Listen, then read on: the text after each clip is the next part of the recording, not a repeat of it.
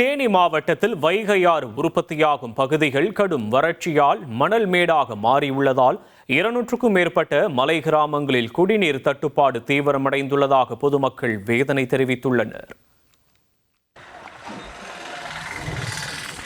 தேனி மாவட்டம் வருசநாடு மேற்கு தொடர்ச்சி மலைப்பகுதியில் உற்பத்தியாகும் மூல வைகையாறு போதிய மழையின்மை காரணமாக முற்றிலும் வறண்டு மணல் மேடாக காட்சியளிக்கிறது.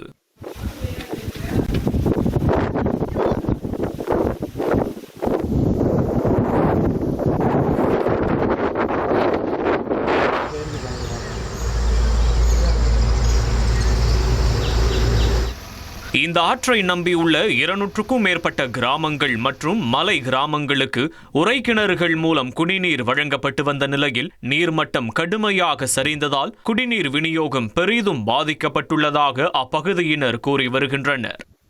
ஜூன் ஜூலைல ஆற்றுல இறங்க முடியாத அளவுக்கு தண்ணி போச்சு. எப்பயுமே இந்த 2-3 வருட காலமாக தண்ணி இல்லாதனால குடிநீருக்கே விவசாயத்துக்கே என்ன தண்ணின்னு தெரியல. அதுபோக மதுரை மாவட்டம் தேனி மாவட்ட மக்கள் குடிநீருக்கு ரொம்ப திண்டாட போகுது.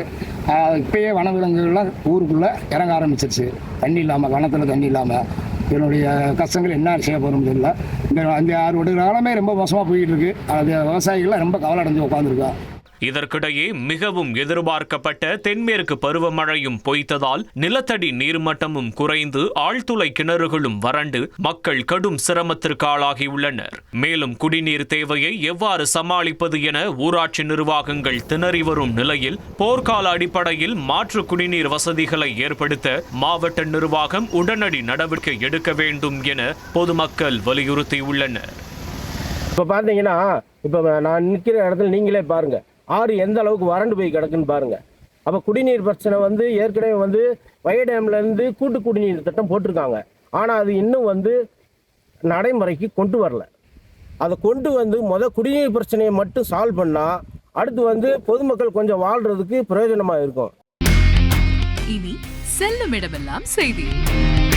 தந்தி டிவியின் வாட்ஸ்அப் சேனலை ஃபாலோ பண்ணினா செல்ல இருக்கும் இடமெல்லாம் செய்தி. இதோ QR கோட் இப்பவே ஸ்கேன் பண்ணுங்க, ஃபாலோ பண்ணுங்க.